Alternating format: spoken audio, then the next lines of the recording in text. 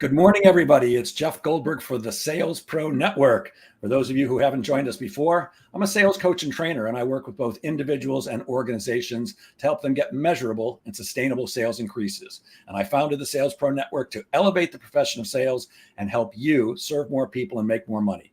As you know, if you have joined us before, every Friday at 10 a.m. Eastern, we go live with an exciting guest who can add value to the profession of sales. And today is no exception. Today's guest is a marketing expert, the CEO and founder of Sync Show, where they focus on optimizing sales and marketing operations and transforming marketing into a revenue pipeline. And who doesn't want more revenue? Over the past 20 years, this gentleman has developed a framework called the Great Eight Pillars of ROI-driven marketing. And who doesn't want ROI-driven marketing? I'm certainly interested in these 8 great pillars, and we're going to talk about that today. Please welcome our guest, Chris Peer. Good morning, Chris. Morning, Jeff. How you doing? Outstanding. Great to see you. I'm so excited. Chris, before we get going, because I'm so excited because I love really well done marketing because that makes my job easier. Before we get going, could you just give us maybe the 2 or 3 minute background and what brought you up to this point? Yeah, sure. Well, my background was in marketing. I started as a graphic designer and started my agency about 22 years ago. And over the years, our clients always wanted ROI, that we were really valued based on the return on investment they got from the marketing. And we kept honing and processing our systems, and we ended up developing the Great 8 Pillars of ROI-driven marketing, which is our framework for marketing that we follow today. And I'm looking forward to hearing more about that. But before we talk about the 8 great pillars, I find there's often confusion in people's minds around the difference between sales and marketing because they are 2 different things. I believe that they're two sides of the same hand, but I think people are confused about what each is supposed to do sometimes. And additionally, my experience, especially working with large organizations, quite often those 2 departments, sales and marketing, are fighting. They're at odds, blaming each other.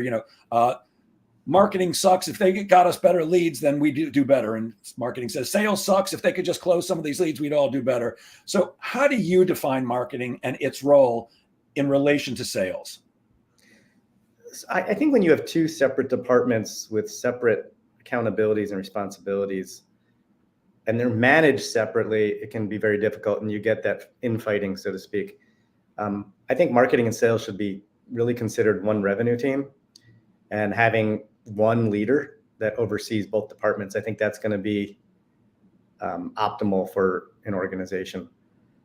When it comes to marketing, marketing often is considered smoke and mirrors by a lot of people that don't understand it.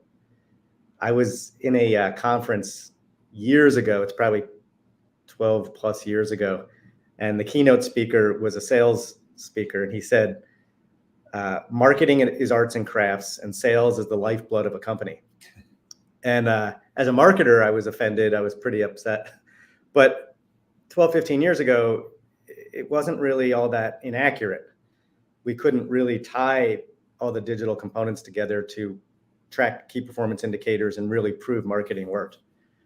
Today, I like to tell all of our customers is that marketing is communications. It's really just communications. And how you communicate with your prospects, your customers, your employees, your vendors, and then communications that go out to create brand awareness so that people can find you and engage with you. Yeah, I think we're on the same page. I do believe that sales drives everything, but without marketing, that means you're just doing outbound prospecting on your own. And most salespeople are not very good at that. My definition is it's marketing's job to create awareness and to bring in the leads, and sales' job to close it. And I'm always stunned when the two are fighting with each other. I find it interesting, though, that you feel one person should have the qualifications to manage both, like a VP of sales and marketing. You feel that's better than having one doing marketing and one doing sales? Well, I do think that there are different manager levels on the leadership team. Not every VP of sales and marketing fully understands the complexities of both sides. Correct. So having a strong marketing strategist on your team is critical, but they may not be accountable for the overall revenue development for that organization. I do believe, however, there needs to be one person accountable for making sure that marketing and sales are working in harmony and also working towards the same objectives, albeit they'll have different responsibilities and accountabilities. Got it. Yeah, I worked with actually my very first client when I opened up my own consulting firm, and my experience was they had 100 salespeople with a VP of sales, and there was a VP of marketing, and the two hated each other. The two didn't get along at all. The two departments didn't get along at all. And as an outside consultant, I said, guys, I can do everything that I'm great at doing, but without you guys talking to each other and working it out, we're not going to do the best we can. And I actually got them to sit down, marketing and sales, in a conference room and just talk it out and bring them together. Because again, if marketing's not doing its job, sales is going to have a very hard time, and vice versa. So yeah. I'm with you. One of the things you say, which I really liked, is whack-a-mole marketing. So what do you mean when you say that marketing should not be a whack-a-mole pursuit? I love the visual. Yeah. So, I mean, everybody remembers that game, that arcade game as a kid where you pick up the mallet and you hit the moles popping up. That's a very reactive game. You know, something pops up, you hit it. And a lot of companies approach marketing the same way. They say, and most agencies and marketers will do this. They'll want to create results. They want to provide value. So what do? They start doing tactics. And not always are those tactics the right things to be doing at the right time. So we promote and really evangelize for creating a marketing strategy first.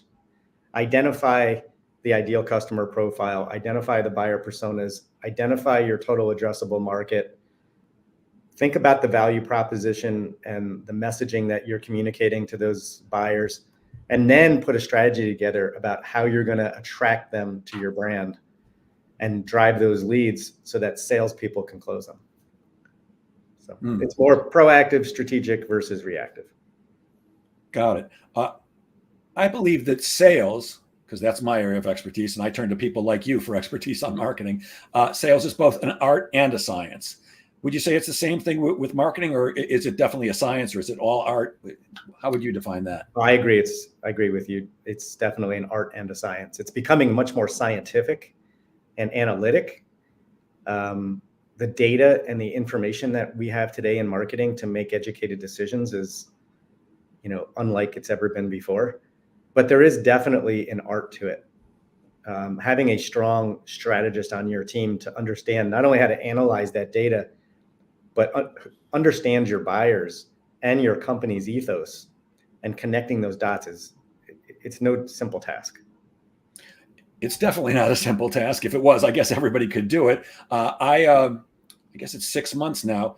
For the first time in my career, I engaged with a marketing company to help me because I came out with some new products and a new service. And I'm an expert at selling face-to-face. If I can talk to you, I've got a good chance of helping you choose to do business with me. But a lot of what I'm doing now is online.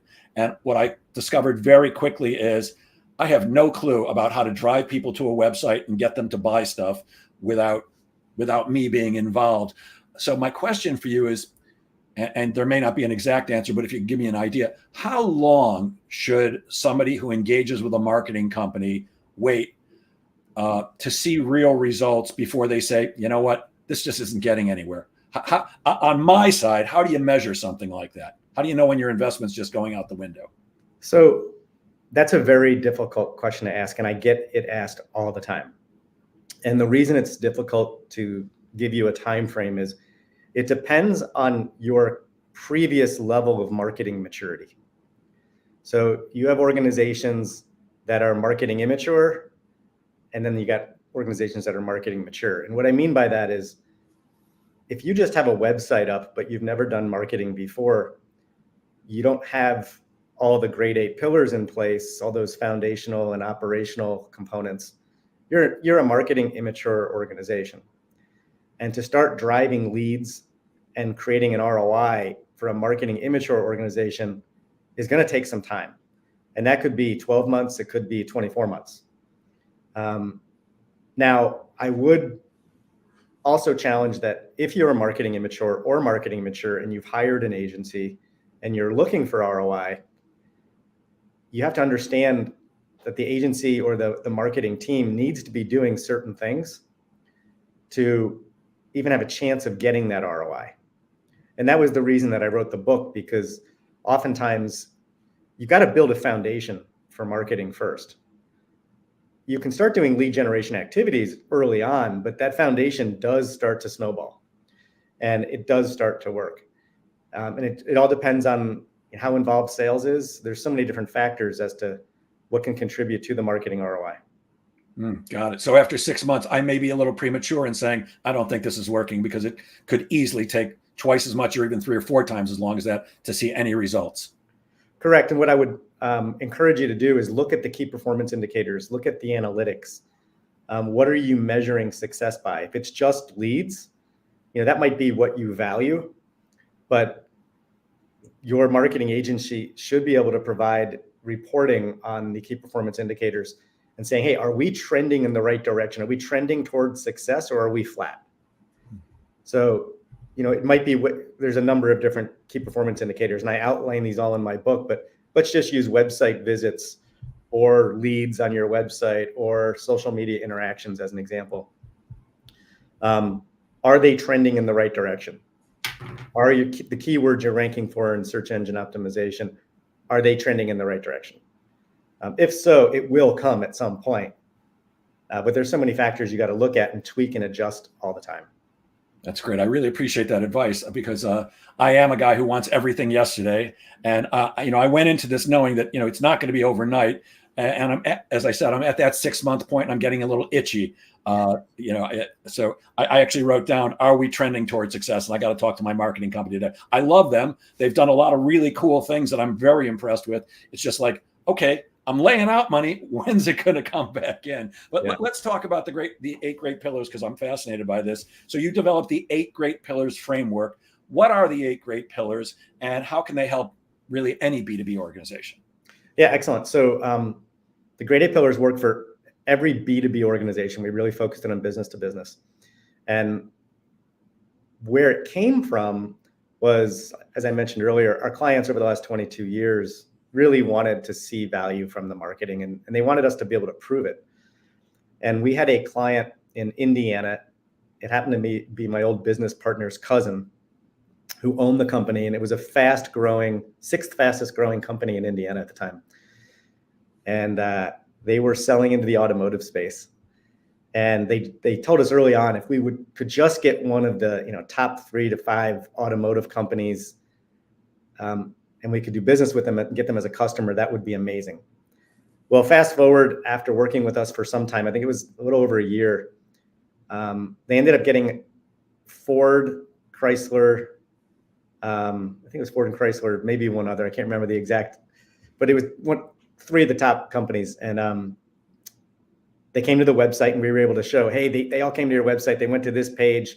And this was before we had some of the awesome tools that we have today. Anyway, they ended up getting a $30 million contract with Ford. And then they fired us shortly thereafter. And when I called the owner, again, who was my business partner's cousin, he said there was a lack of ROI. And so did you charge him $40 million? 30 million. No, that's what they made. But I mean, did you charge them 40? How can there not be an ROI on a $30 million contract? That's amazing. Well, this is what happens, right? So his response, and I asked him, I said, well, what about Ford? Now keep in mind, we had redone their website. We were improving search engine optimization. We had all the analytics and key performance indicators to support that what we were doing was working. We alerted them to the lead.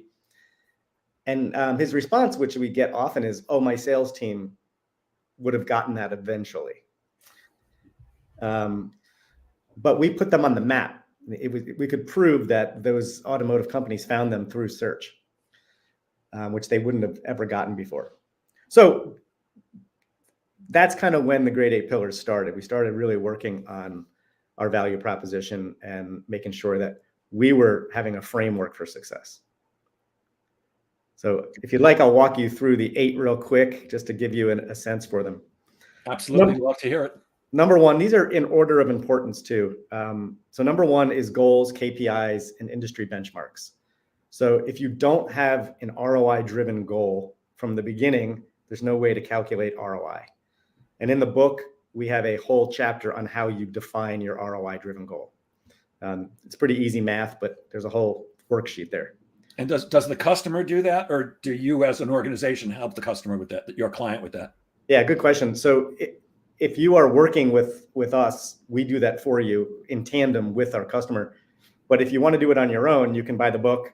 We also have an online certification course, and we have all the templates and tools that are free. You can download these and do them yourself. Cool. That's the grade 8 pillar number 1. Pillar number 2 is value proposition, messaging, and branding. What we found over the years was that there is no use in doing all this marketing and driving awareness if you're sending people to an organization, either a website or a sales team that has a really bad value proposition. So making sure that your value proposition is well articulated and differentiated in your market is critical. Because once you have a well articulated and differentiated value proposition and the messaging and branding to support it, your chances of getting an ROI go through the roof, and your chances of improving your sales go through the roof as well. And before we go on, could you just define value proposition? Because that is one of those terms that everybody throws it around. What's your value prop? What's your value prop? What do you mean when you say value proposition? It's basically, why should you do business with me? I mean, it's that simple, versus the competitors. So what do you do differently? What do you do better? What do you do cheaper? What do you do faster? It could be a combination of many things, but at the end of the day, you need to have messaging that says you should choose us because we do this and we can solve your problems and help you to survive and thrive better than our competitors can. And most companies skip it because it's so hard to do. It's very difficult to understand what your value proposition is and why it matters to your buyers, and then how to communicate it properly. So I'd say that's the reason it's number 2. Yeah, hang on, because I want to hear the other 6, but I got to stick with this. Would you agree that speaking to your clients is a great source of information about what your value proposition really is? And here's why I'm asking that question. I've been doing this a long time. I thought I knew what I was good at, and I thought I knew what I was delivering. But in an engagement that took a year and a half, it was a consulting and training and coaching engagement. I'm sitting with the sales management team of this organization I've been working with for a year and a half, like 8 line managers, the VP of sales, the senior VP of sales. And I was going around the room, what did you like about the engagement? What didn't you like? What could I have done better? That kind of thing. And the fascinating thing to me was, to a person, they said, oh, the thing that we like best is our salespeople now have more confidence. And in all the years I've been doing this, it never once occurred to me that I deliver more confidence to salespeople. So you can bet, by the way, that now every time I go on a sales call, people hear, well, one of the things that my clients tell me they like best is when I get done, their salespeople have more confidence. But it never occurred to me. Is that a good idea? Ask your customers what they get, what you give to them. Absolutely. Your customers obviously value you for certain reasons. That's why they're your customers. And what we find is that when we ask our customers what they value, it's often very different than what our customer thinks they value. So assessing your customers and for what they value from you is critical. I also find that when we do value proposition work, it's not uncommon for a company to realize, wow, we're not that different than our competitors, or we may even be lagging behind some competitors, and that's why we're losing. And that's a really tough place to be as a marketing or as a leader or an executive in any organization when you realize your value proposition is weak. But that's okay. The fact that you know it's weak is a great starting point to say, well, what do we want to be in a year or 3 years or 5 years? And I can tell you, I speak from experience in that. 15 years ago, we had a really weak value proposition. And I would say ours right now is very strong. But we worked at it with purpose. Yeah. As you were speaking, I wrote down the word differentiation and I circled it 3 times because that's often very challenging, especially in a commoditized market. And as a sales coach, I hate when somebody says, well, we're a commodity. But the truth is, there are some things that are like, I'm not a commodity. I mean, if you want me, you can get sales training from lots of people. You can get sales coaching from lots of people. But if you want Jeff, you got to hire Jeff. But there are many, many industries where it is a commodity. I don't want to hear all your secrets, but how do you differentiate when I manufacture screws and you manufacture screws, and they're about the same price, or pencils and pencils. Yeah, and so we work with a lot of companies in the industrial sector, B2B, manufacturing, and we've worked with screw companies before. So you got to really look at the ethos of the organization. Well, why should I buy your screws? Every company is different based on their ethos for being. So like we had one company, they created threaded rods, so really big screws, like 12 feet long, 15 feet long. And their whole mission was about giving back to the community. So part of their value proposition was we support these charities. Now that differentiated them in the market. And it gave buyers a warm and fuzzy that other competitors weren't.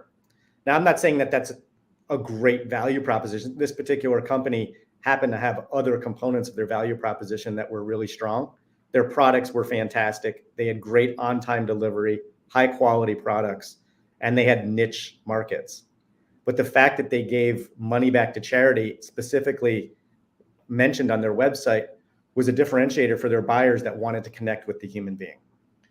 So it's not always the product or service. Sometimes it's who the company is. Are they green, or are they giving to charity? Love that. Yep. Okay. What are some of the other pillars? We went through 2. So number 3 is marketing strategy. If you got to have a strategy, as I mentioned earlier, so you don't do whack-a-mole style marketing. Pillar number 4 is you have to have a marketing team that's capable of driving ROI. So you have to have the right team in place, whether that's internal or outsourced, having a team that can pull off that marketing strategy. Number 5 is the almighty website. Your website can't be an online brochure. It needs to be a lead generation machine. It needs to have calls to actions. It needs to effectively communicate your value proposition. It needs to rank in search engines. It needs to be a vehicle for your organization's thought leadership and knowledge. And it has to clearly communicate how you solve your customers' problems. And I think this is a big differentiator.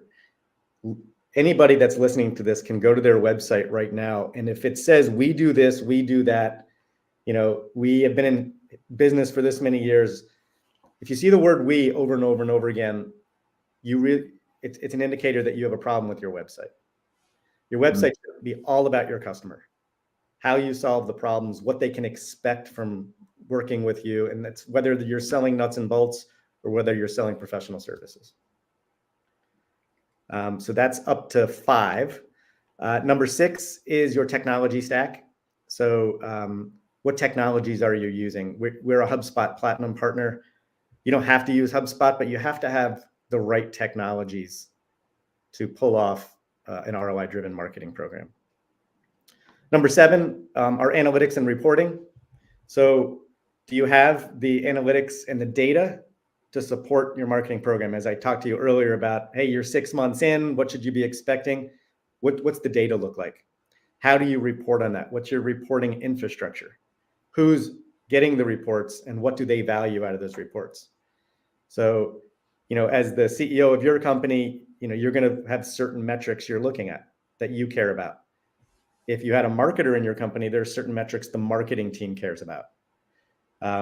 So they're going to be looking at different metrics potentially than you will be. And then last but not least, pillar number 8 are templates and guides. So when we talk about ROI, how do you get a stronger return on investment? It's through efficiencies and effectiveness. So don't reinvent the wheel over and over again. Have templates and guides that you follow so that you have consistency, whether it's web page development or landing page templates, email templates, you name it. The more templates you can build out and guidelines to support the marketing effort, the faster and more effective it'll be. Don't work harder, work smarter. Yep. Got it. I always say that if you're not working as hard as you can and you're not working as smart as you can, then what are you doing anyways? It's got to be both. So who are the 8 great pillars really meant for? So when I wrote the book, I really wrote it for marketers, but I got a lot of surprising feedback from business owners all the way to up to the C-suite and sales managers or VPs of sales. The business owners that read the book give me feedback that, oh my gosh, I finally know what to expect from my marketing team and how to manage them better. And that was a surprise for me, and a happy surprise, because that feedback was, fantastic. I also think sales leaders should read the book, because again, they'll have an understanding of how marketing fits into the revenue development component, whether it's increasing customer sales, existing customer sales, or new business development, and how those teams need to work together. So somebody like me, a solopreneur who's working with an outside marketing agency, could read the book and have a better understanding of what I should expect from them, what they should be doing, maybe enable me to have better conversations with them. Exactly. That's exactly why you should read it, because once you understand what they should be reporting on and what you need to be thinking about, you really shouldn't be guiding them. They should be guiding you as your agency. So you'll understand pretty quickly whether the agency you're working with has the chops and the knowledge to move you forward in the way that you want to move forward. Yeah, and that's exactly what I'm looking for. It's like, tell me what to do, because I don't know what to do. I'm not the marketing expert. Sales, I got you covered, but I don't know how to drive people to a website. I don't know how to get them to convert to a lead. I don't know how to do all that. So yeah, can somebody read the book and implement that stuff on their own, or do they really need to hire somebody like yourself? So it depends. I think at smaller organizations, smaller businesses, they could read the book and implement it themselves. Like I mentioned, on our website, g8p.co, you can download dozens of free templates and tools. You can read the book and follow along. We also have an online certification course that we're offering for free right now. So you can get certified in the Great 8 Pillars. I think as organizations get larger and it's more sophisticated, I find it's usually valuable to bring in a coach or somebody to walk you through it. And we offer those services. So usually it's not a complex system to implement, but you need executive buy-in, you need leadership buy-in, and you need people that are committed to the change. And a coach can help navigate that change and also ensure that you do it properly, so you get the max ROI faster.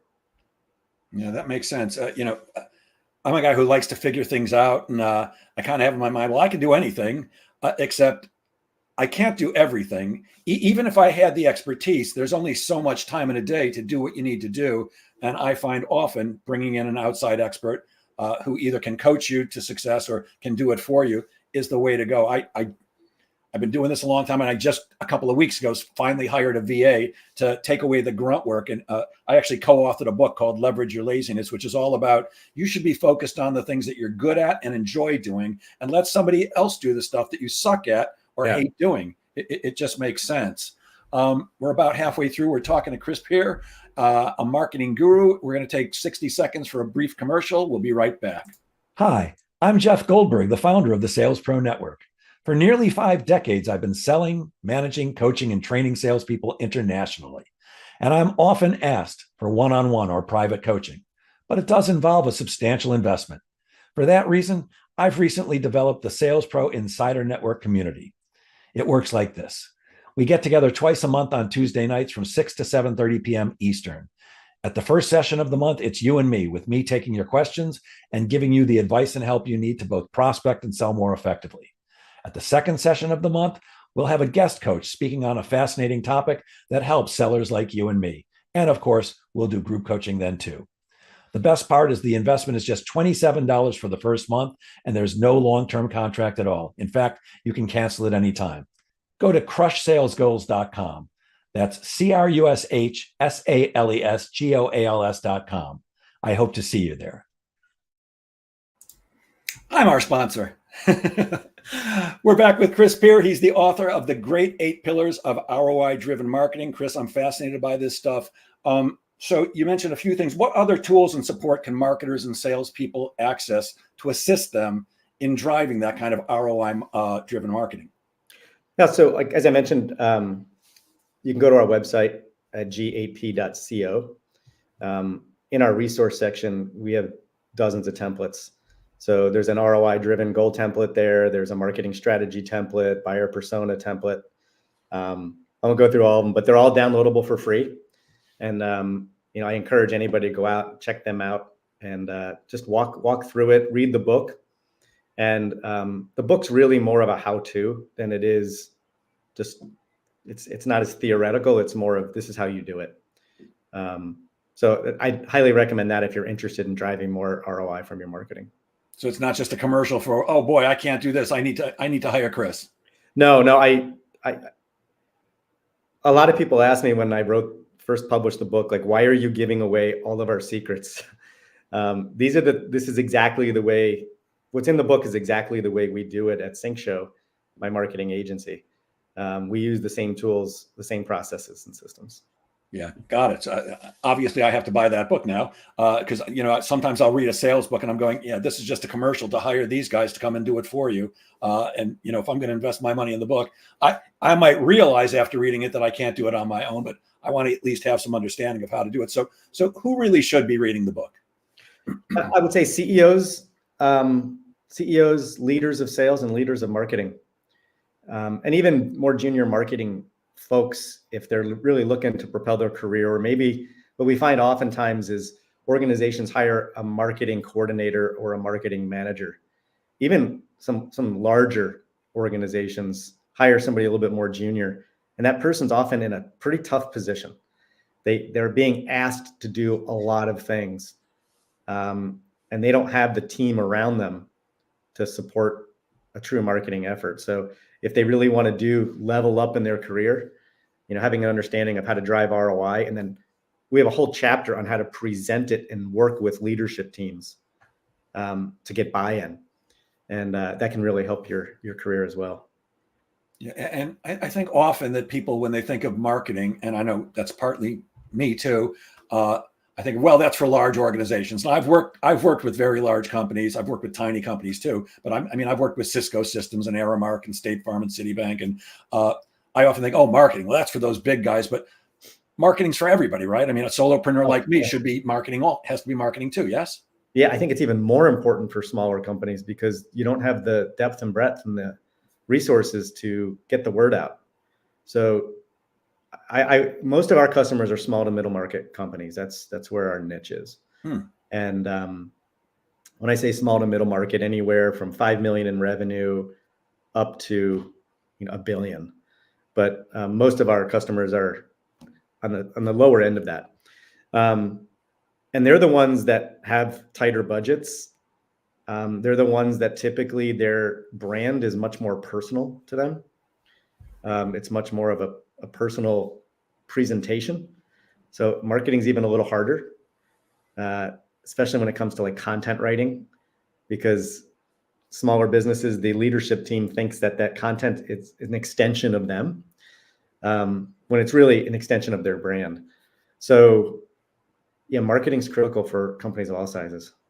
Yeah. When you said the brand is personal, I had a laugh inside because when I first developed my company, I sat down with a marketing guy to help me come up with a name. And, it took a couple of weeks. He goes, Jeff Goldberg and Associates. I'm like, well, I didn't need to pay you to come up with that. What are you talking about? Jeff, you're the brand. You're it. So I am the brand in my case. So if somebody like me was to implement the Great 8 Pillars framework, what could I actually expect? So I think anybody that implements the Great 8 Pillars, what they can expect is, one, they're going to have peace of mind. They're going to know that there is a system for marketing. At my companies, when customers come to us and I'm talking with them in the sales process, the number one thing I hear is that they've typically worked with a marketing agency before, and they're sick and tired of wasting time and money on marketing that doesn't work. You talked about it earlier in this call. Is my marketing agency working after 6 months? That's a fear that most companies have. And then when they don't get the results or the desired expectations, they fire their agency and they move on to the next one. By implementing the Great 8 Pillars, what you'll have is peace of mind knowing that you're building something remarkable. And I think it's really important, Jeff, for me to mention the Great Eight Pillars framework isn't how to do marketing. Like when you read this book, there's no instructions on how to do SEO, how to do social media, how to do email marketing. We don't talk about tactical marketing in the book at all. The Great Eight Pillars is how to build a remarkable marketing operational infrastructure, which almost all companies lack. So if you think about sales for a minute, in order to really scale an organization, you also need a strong sales infrastructure. And I'm not talking about hiring a salesperson. I'm talking about how do you have a customer relationship management platform, such as HubSpot? How do you implement a sales pipeline and track deals from first point of communication all the way through closed, won or lost? A lot of people understand that that's important for sales, but you also need that for marketing. And the Great Eight Pillars will give you that infrastructure and let you know what you're doing well and what you're not. Got it. One of our listeners, Larry Weiss, the phone guy, says, I am the brand. Very important in building sales relationships. So we're talking about both sales and marketing. How is ROI-driven marketing tied to sales? So with ROI-driven marketing, the way you measure it is through close new business, right? And you mentioned earlier on the call that marketing's job is to drive lead generation, brand awareness, and drive leads to the salespeople, and the salespeople close them. So when we're tracking ROI-driven marketing, the first thing we do, which is pillar number one, is identify those ROI-driven goals. And we do that through simple math of identifying average order values, customer lifetime values, the value of a lead, and then we can backtrack from there and set up an ROI-driven marketing program. I'm writing a new book that's going to be, it should be published in a couple months. It's going to be for all B2B companies, where the current book is focused on industrial and manufacturing firms. And what I say in that book, Jeff, regarding ROI is, as a executive or leader in an organization, be very careful about how you measure marketing. If you measure all of marketing's value purely on lead generation, you're on a very slippery slope, because there are so many different areas of value that marketing can contribute to your organization that isn't directly tied to ROI. And so you may say, hey, Chris, you just wrote a book on ROI-driven marketing. That's kind of counterintuitive. It is, but it isn't. Having a strong value proposition, having a strong website, having a strong social media presence, having strong email marketing to communicate with your customers, you can't track ROI on every single tactical implementation. At the end of the day, you should be looking at the value that marketing's played. Did they help? Did your sales close rates go up? Did your average order value go up? Is your sales pipeline shorter than it used to be? These are all things that you have to be really looking at, because marketing has an influence on all those things. Got it. Yeah. And I love one of the things you mentioned was, lifetime value of a customer, which I think so many sales organizations don't take a look at. We're so busy chasing new business that we often ignore or don't pay enough attention to our existing clients. One of the recommendations I always give to salespeople who are struggling is go take a look at previous customers and give them a call, or any prospect that told you they were thinking it over maybe a year or two ago.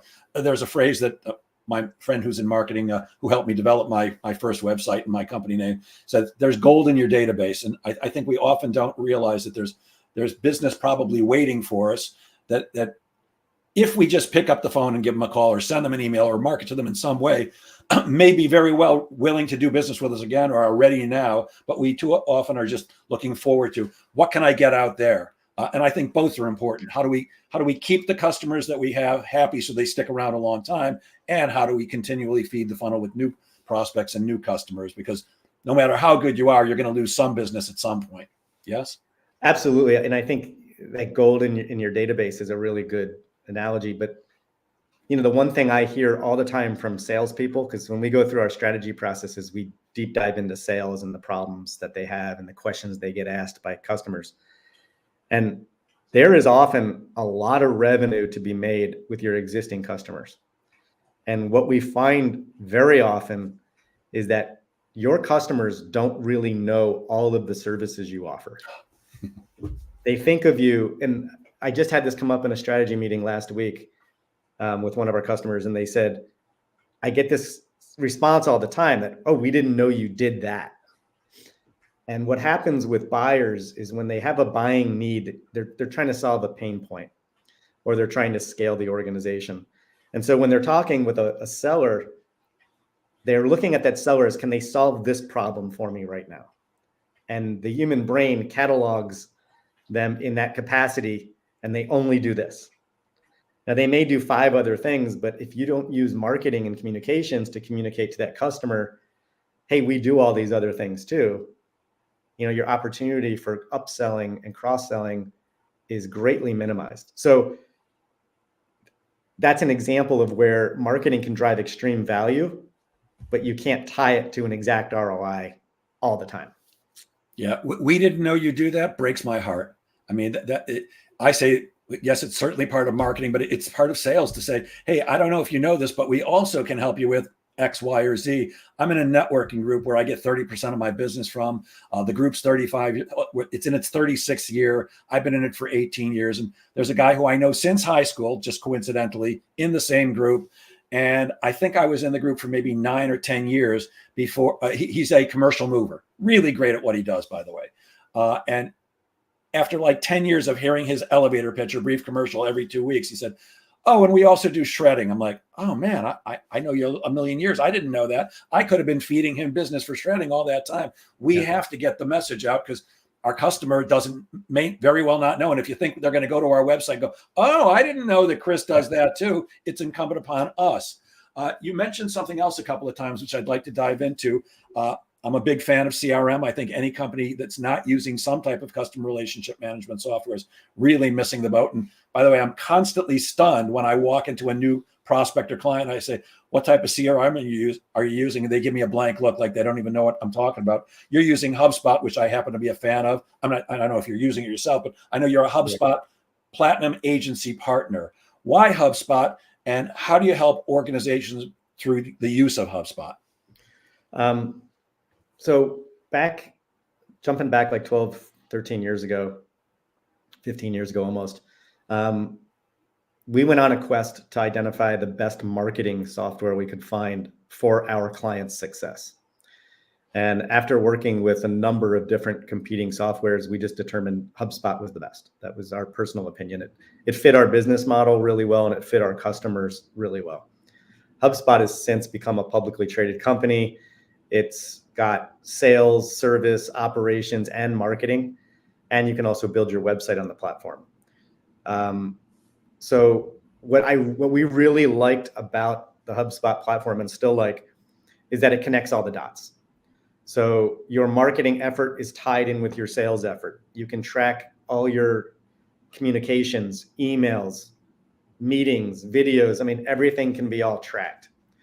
And we can identify to a very high degree of certainty how those buyers are engaging with your brand, how they first come into contact with your brand, all the way through closed new customer. And then it's got all these automations and sequences that you can do to help make your marketing and sales teams more efficient. How we work with HubSpot is we help our customers to onboard the marketing hub and the sales hub.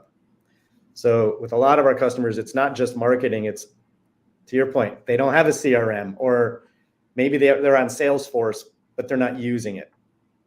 Maybe their sales team never bought into it, or for whatever reason, they're using another CRM platform, but they're not using it. We go in and we not only onboard the marketing capabilities, but we also onboard our clients with CRM, and then we train their salespeople how to use it. We set up their deal pipelines. We set up marketing and sales automations, and we give them an operational platform for success.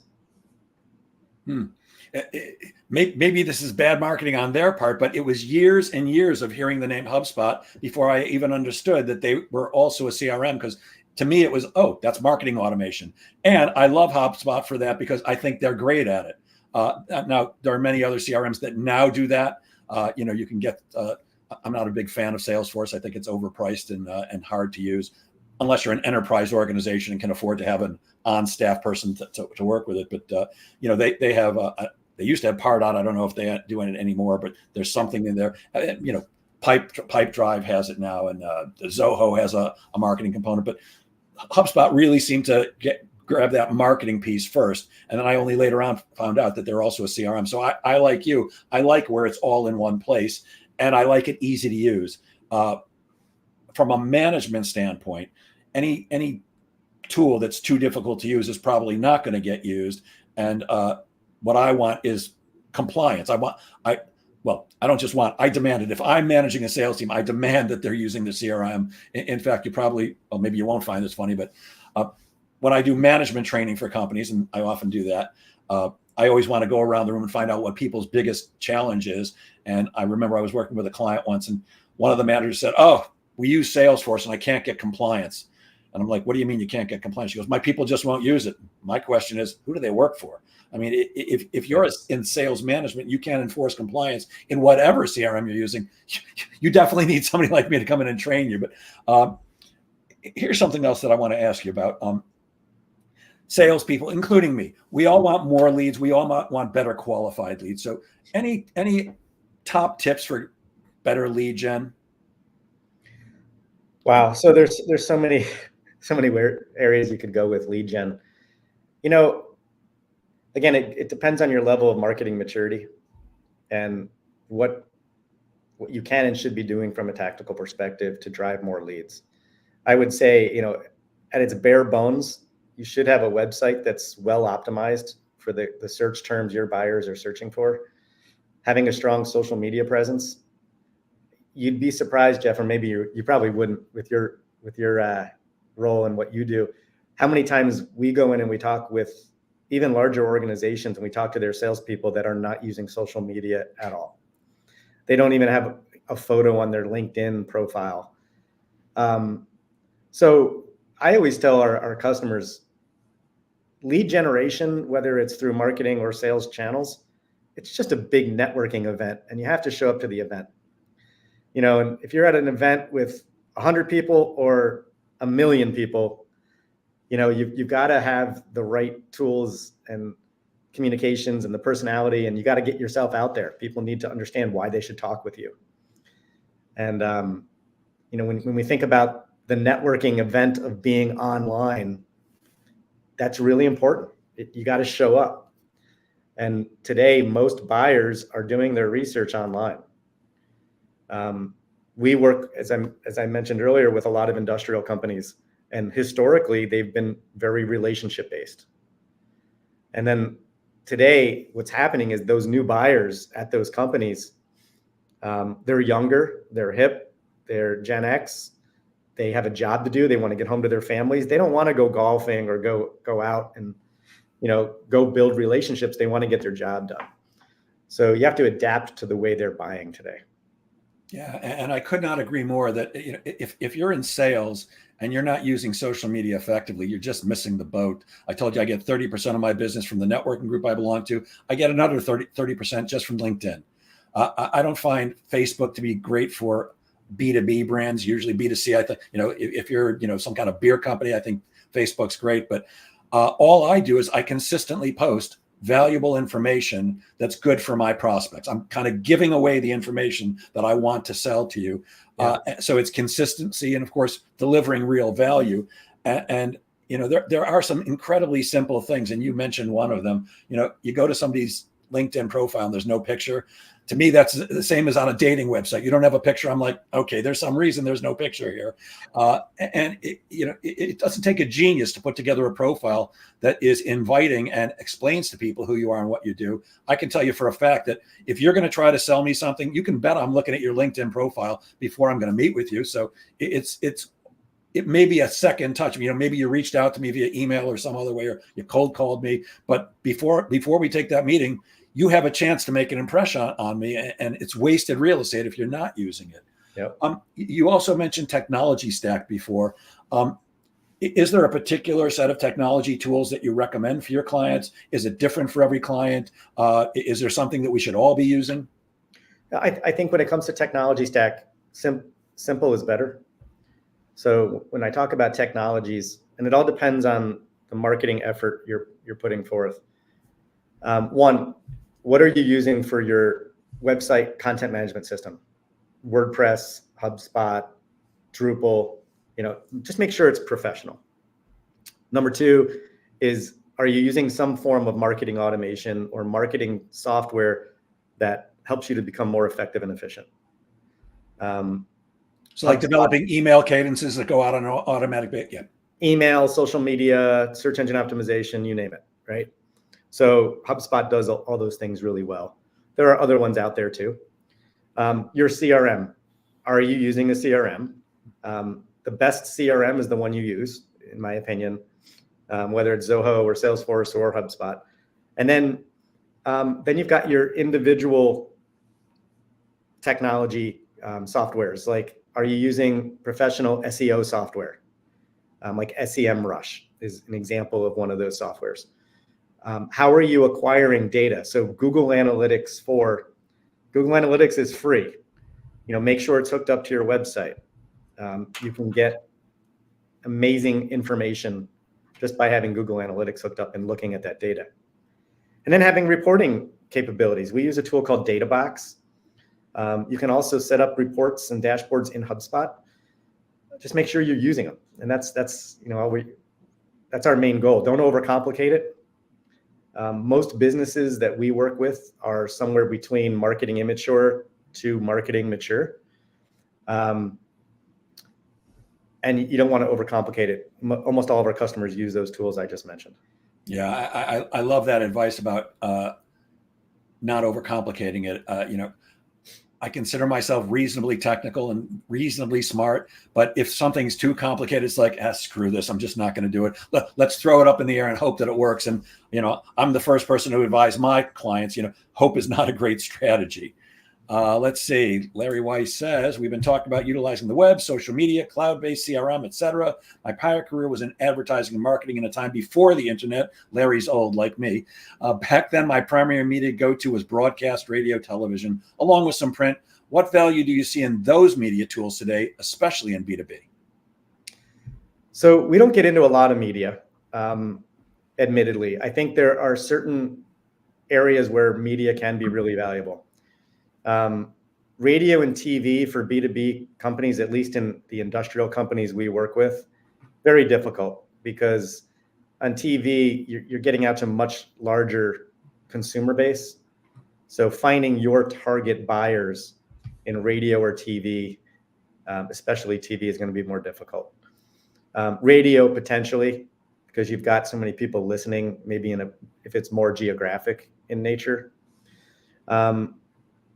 I just wrote a blog on phygital marketing, which is the whole idea of physical and digital marketing.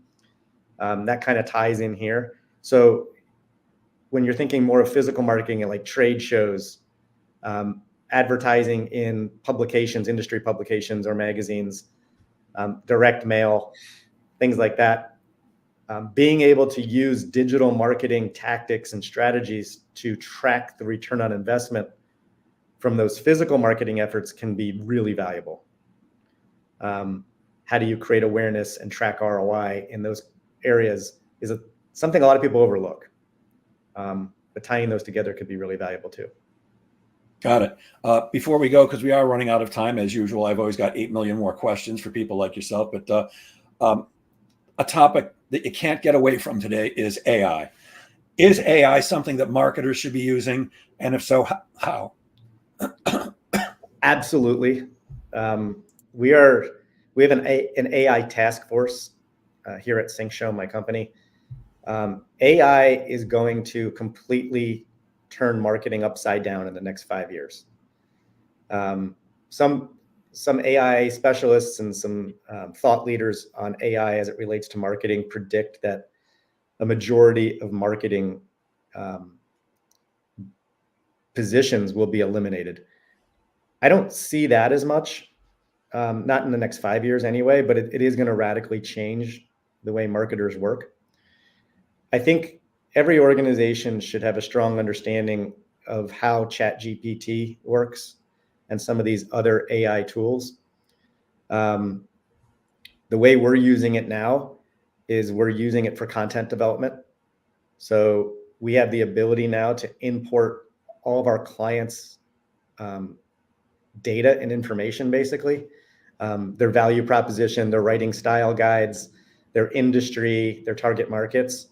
And you can train AI to help you create more relevant content that will be cheaper than the written word by a human being. However, we've also been doing a lot of tests lately to see what's working and what's not. And the human written word still outperforms AI-driven content from a lead and engagement perspective. So right now, we're still in a very experimental stage with AI, and I think we will be, when I say we, I mean the world, for years to come. But those companies that hop on the AI bandwagon and start to learn how to put prompts in and have the engineers on staff to be able to leverage it are the ones that are going to really scale in the future. Yeah, I think there are two keys. One is you do have to become a prompt engineer, because it's really, are you asking AI the right questions, or giving them the clues that they need to do the right thing? And then how do you get the next thing and the next thing out of them? And the other thing I think that's important, at least right now, is I can almost always tell the difference between something that AI wrote and something that a human wrote. And the way I think people should be using AI is as a tool, but then you go in and you change wording and make it more real, because it's a robot, and robots so far have not been able to outthink humans. Maybe that's coming in our future. Maybe we all need to be worried about Skynet, but I think it's important. Certainly it's for salespeople. And by the way, I get the question all the time: are we going to be, gone in 3 years because of AI? I don't think so. Not in 3 or 5 years, like you said. Maybe somewhere down the line, but I do believe that the salesperson that embraces AI, learns how to use it effectively, is going to outperform the salesperson who does not, simply from a efficiency standpoint. Does that track with marketing too? Yeah, absolutely. I think it's the people that learn how to use AI. So you mentioned you can tell the difference between an AI written article and a human written article. I would say that's true if you're using AI and it's like a ChatGPT 4 as an example, in its simplest form. But like I belong to a peer group as well of marketing business owners, and some of us are putting content through 3 different AI engines, asking them all to do different things. And that can be extremely powerful, to where you're now getting content that's more unique and spot on and more thought leadership at a fraction of the cost and time that it would take a human to do it. On the flip side, I've been in 2 different AI workshops in the last few months, and the instructors were giving examples of how to use AI. And in both examples, the AI tool completely screwed up and gave bad information that was like factually just wrong. So you have to be very careful about how you're using it. Got it. Well, sadly, we are out of time, although I'd love to talk to you all day. So I'm going to share my screen. And if you would, please tell people, how can they reach you if they're interested? How can they get the book? If they want to talk to you, how do they reach you? And please remember, some people are watching us live right now, but this will be a podcast. So could you tell people how to reach you? Sure. Just go out to chrispeer.com. If you want to meet me or talk a little bit more about one of your current challenges, I'm happy to do so. You can fill out a form on the website. It comes directly to me. If you're interested in the book, you can buy it on Amazon. It's called The Great 8 Pillars of ROI-Driven Marketing. Or just connect with me on LinkedIn. The URL is right there. Got it. It's Chris Peer, CHRISPEER.com. Chris, do you want to give out a phone number? Or is the best way to reach you on social media? Yeah, I only have my personal cell, so. Got it. Well, Chris, thank you so much for your time and for sharing your brilliance so generously. I truly appreciate it, and everything you do. And I'll end as I always do. Gang, please remember that sales is a game of making things happen. So get out there and make sales happen. Have a great weekend, everybody. For those of you who celebrate, have a very happy Easter. Thanks again, Chris. Thanks, Jeff. Take care.